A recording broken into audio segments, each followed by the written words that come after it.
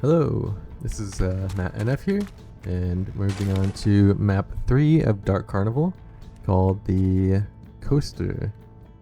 Yeah, it's just a little series I do where I walk through the level design of each Left 4 Dead 2 level, and if you have any feedback or suggestions of things I might have missed, leave a comment down below. So in the safe room here, I always thought the safe room was a little underwhelming.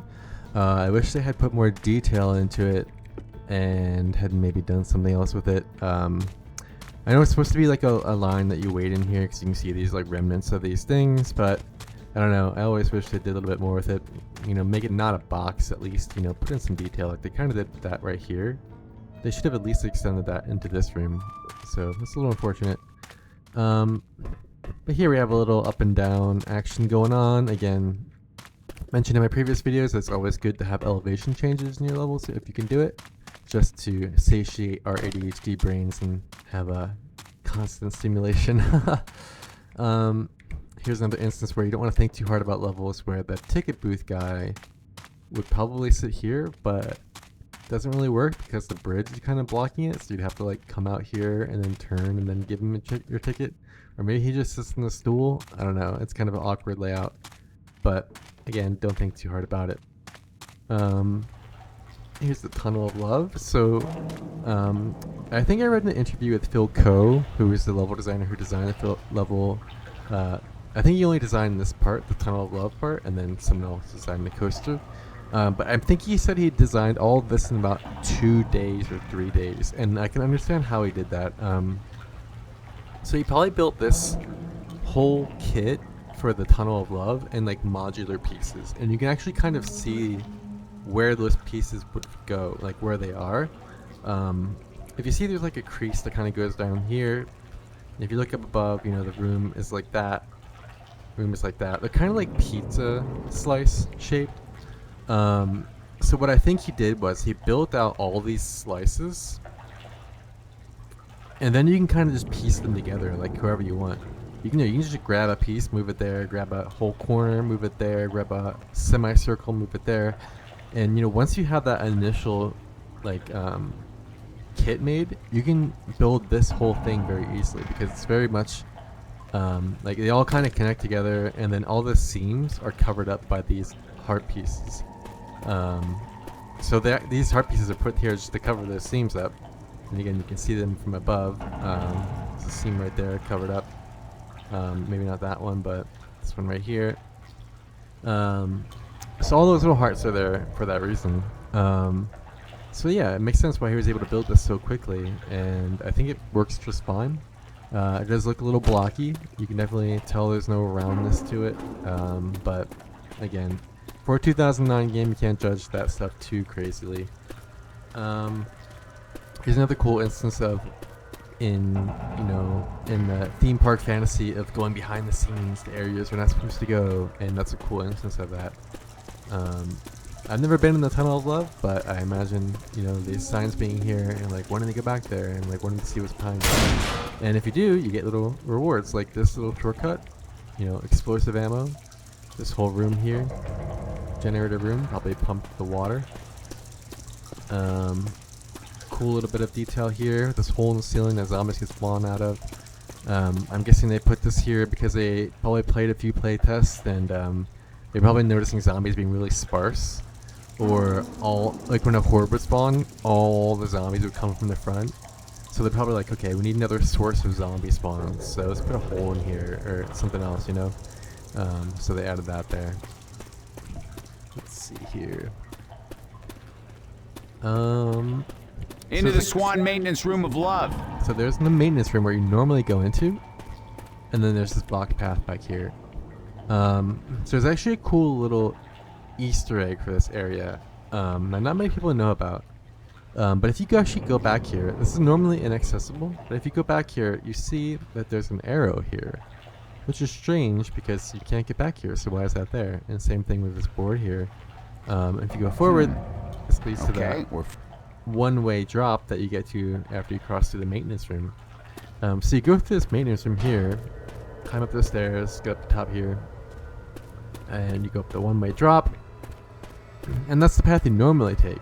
However, if you look at the map in the editor, and you look in this area here, you'll see that there's actually a room built here that's not drawn, so you can't actually see it in game, but in the editor you can see the room, and it connects to this area right here. So what I think what happened was, this stairway was not here in the original version of the map. You would go, there would maybe be a hole in this wall here, you go through here, you come out this doorway here, and then you'd go down here, and then come out this side here. And so that one-way drop was probably never there in the original version. And I'm guessing the reason they cut it was because this is kind of like a long, boring, straight section with not much going on. And you kind of had a lot of that already in the level, so they probably wanted to spruce it up a little bit, put something else in there to keep you, entertained. And one-way drop, especially for versus mode, adds a lot of cool, moments for getting insta kills. Classic smoker spawning back here or right here, or even inside this little hole here, and pops out, grabs the last guy, insta kills him. So that's probably why they cut that room over here, and why they went with the one-way drop, which I think was a good call. So yeah, this is a good choke point for versus mode. A little rule of thumb: if you're making a versus map and you're adding one-way drops, you should not have them at the beginning of the map, if you can avoid it. And the reason for that is because if one team were to get a kill early on and the other team did not, that would create a huge score differential very early on and make it kind of hard to come back. So I think best practices for making a versus level with a one-way drop is to have them towards the middle or even at the end of maps. That way, if it happens, it doesn't totally ruin the game, because especially in vanilla versus, it can be hard to make comebacks, because at most you can usually only get the 25 survival bonus, or 25 health bonus, or damage bonus, whatever you call it in vanilla. And then, because it's not really easy to wipe them all in versus mode in vanilla. So, yeah, just a little rule of thumb as to how to place one-way drops in your maps. So let's see here. Not much to really note here. Just kind of more Tunnel of Lovey stuff. Pop out this little hole in the wall here. Now you're out in this open area. Look! Have the world's loudest helicopter that comes out and flies down like an absolute madman. So again, it kind of foreshadows how you're going to escape from the level. So one thing, there's going to be Midnight Riders. Two, there's going to be a helicopter. So it's all kind of foreshadowed beforehand. See a little warehousey area, some stuff here. There's this weird little detail back here I felt like pointing out. It's just like this little hut thing. You can barely really see it from other areas. I don't know why they put it there, but it looks cool and it's just there. So it's a cool little detail. He's not here. I'm kind of surprised they put the med cabinet in here, actually, because I have seen players not go in there. I mean, like new players anyway, because you kind of want to go to the coaster. You see the coaster, you want to go there, but the actual ideal way to go is through here. So I was kind of surprised they went with that, but probably works out. Yeah, so we get to the Over this fence. famous coaster event in this game. Let's see, what can I talk about with the coaster? So the coaster has, you probably have seen all the different trick jumps. Jesus. We're gonna have to walk shortcuts across you this can roller coaster, do aren't we?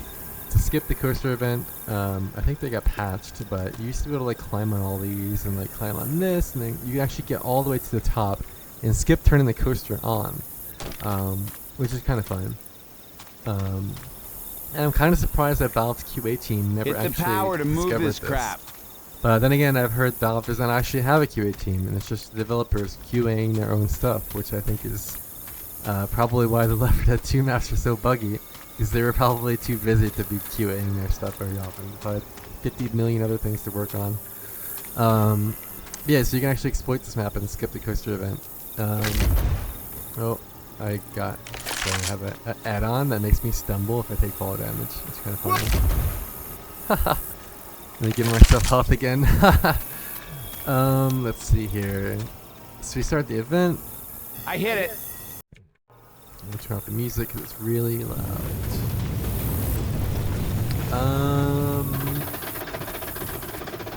Screw it, run! Yeah, so you run up Shut here. down the coaster. Versus mode. This Run is a on the track. Very, very, very powerful choke point.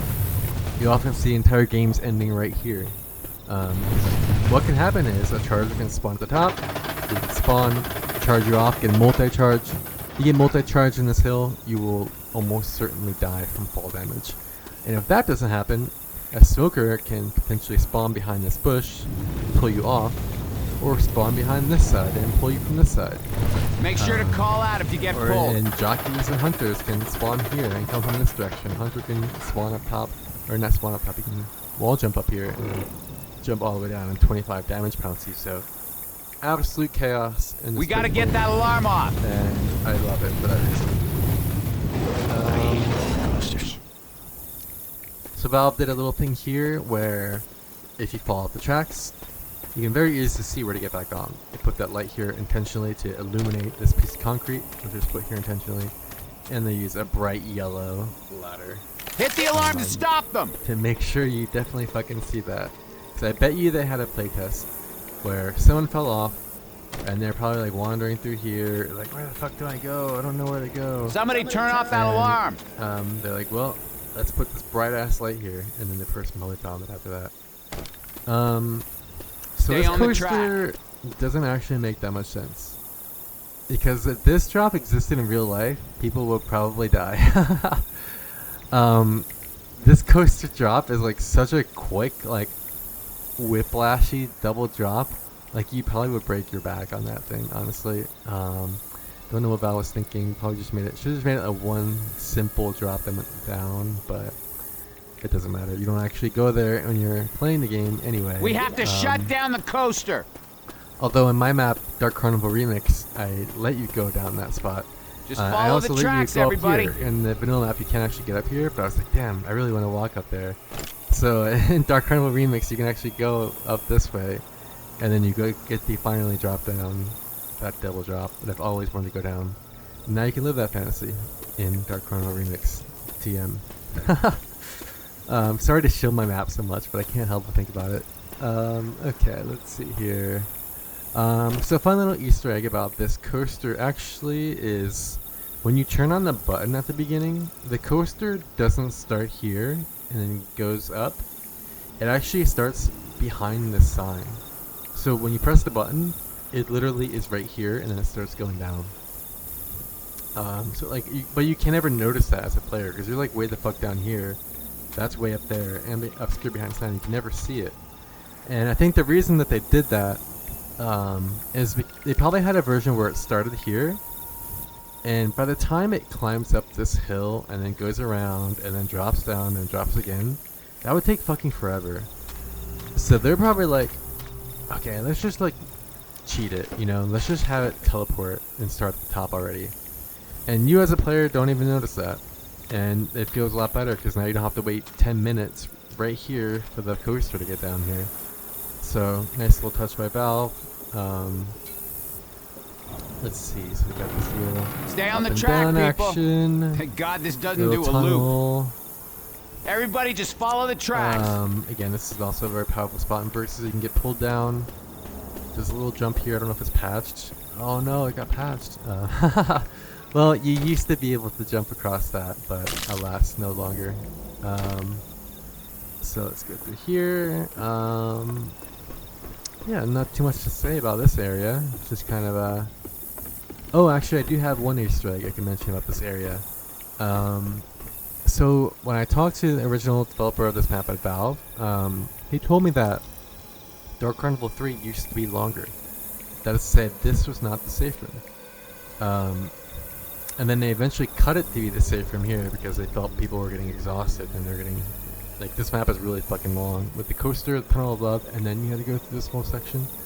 So yeah, this map used to be longer, and yeah, I'm not sure where the safe room would have been. I have some ideas. We could talk about that on the next video, map 4. So I will tell you more about that in the next video. But for now, I think that kind of covers it for this area. Little Easter egg here, a rare purple tent. You don't actually see those in the other maps at all. It's only in, I think, here. Yeah, the rare purple tent. Other than that, yeah, that's Dark Carnival 3 for you. Leave a comment if you have anything that I Awesome. might have missed. See ya.